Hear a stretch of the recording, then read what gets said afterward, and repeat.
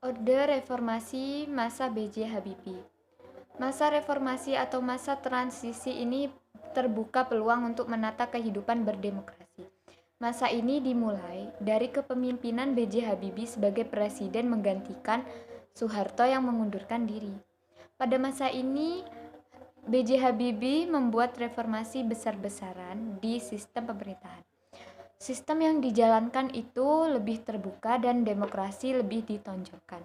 Di masa ini, partai politik independen tidak dipengaruhi kekuasaan birokrat militer. Kemudian adanya pemberdayaan masyarakat sipil lewat penyampaian informasi secara transparan.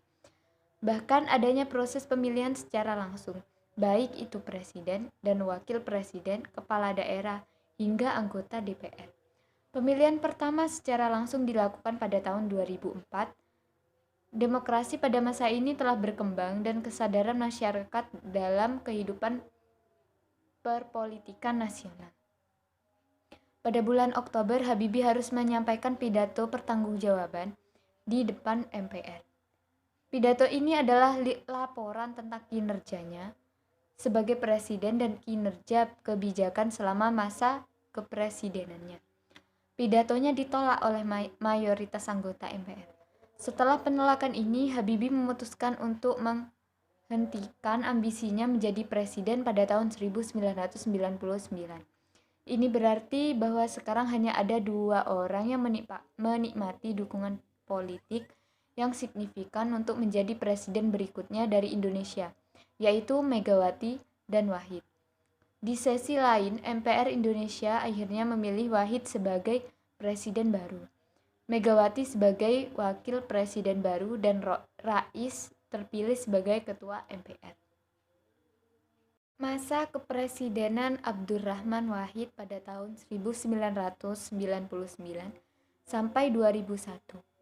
Dalam rangka mendirikan koalisi yang luas, Wahid menunjuk anggota dari berbagai partai politik serta perwira TNI sebagai menteri untuk kabinetnya. Tapi komposisi yang beragam ini juga mengimplikasikan kurangnya kohesi dalam kabinet dan terlebih lagi hanya berisi beberapa tokoh reformis saja.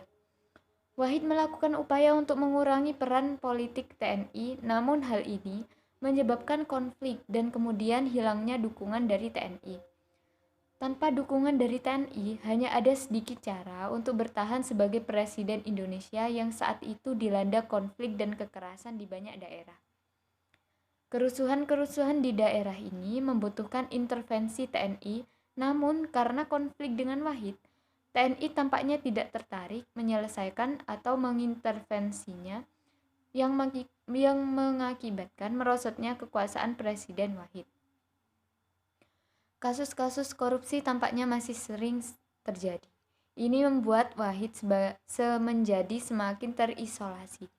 Lebih parah lagi, Wahid sendiri juga dikaitkan dengan 2 skandal korupsi yang akhirnya menyebabkan pemakzulannya. MPR Indonesia melihat ini sebagai kesempatan besar untuk memakzulkan Wahid, dan Megawati kemudian ditunjuk menjadi presiden, sementara Hamzahas menjadi wakil presiden yang baru. Masa kepresidenan Megawati Soekarnoputri pada tahun 2001 sampai 2004. Megawati Soekarnoputri dilantik menjadi presiden pada tanggal 23 Juli 2001 dengan didampingi Hamzahas sebagai wakil presiden. Langkah pertama Presiden Megawati adalah membentuk kabinet gotong royong.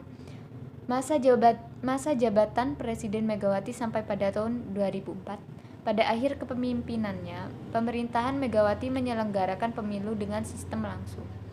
Putaran pertama pemilu akan menentukan para wakil rakyat atau legislatif.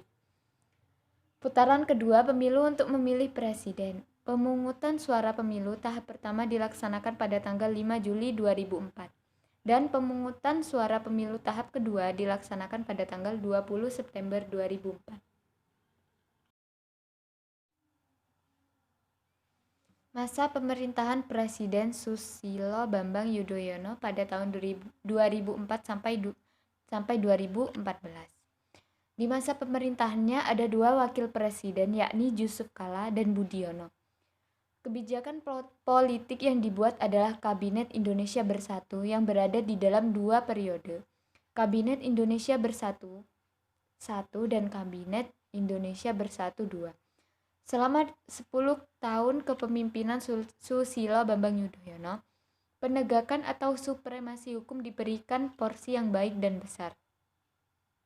Di dalam hubungan internasional, peran Indonesia dalam kancah internasional tidak dipandang sebelah mata. Indonesia pada saat itu aktif di berbagai forum internasional seperti APEC dan Global Climate Change. Kemajuan pemerintahan SBY tidak sampai di situ saja. Berbagai kemajuan dilakukan di antaranya yaitu adanya Badan Penyelenggaraan Jaminan Sosial atau BPJS. Pendidikan wajib 12 tahun dan pembangunan wilayah juga berjalan baik seiring dengan konektivitas. Meskipun banyak pencapaian yang dibuat oleh Susilo Bambang Yudhoyono, namun banyak isu kontroversial yang ada di dalam masa pemerintahannya.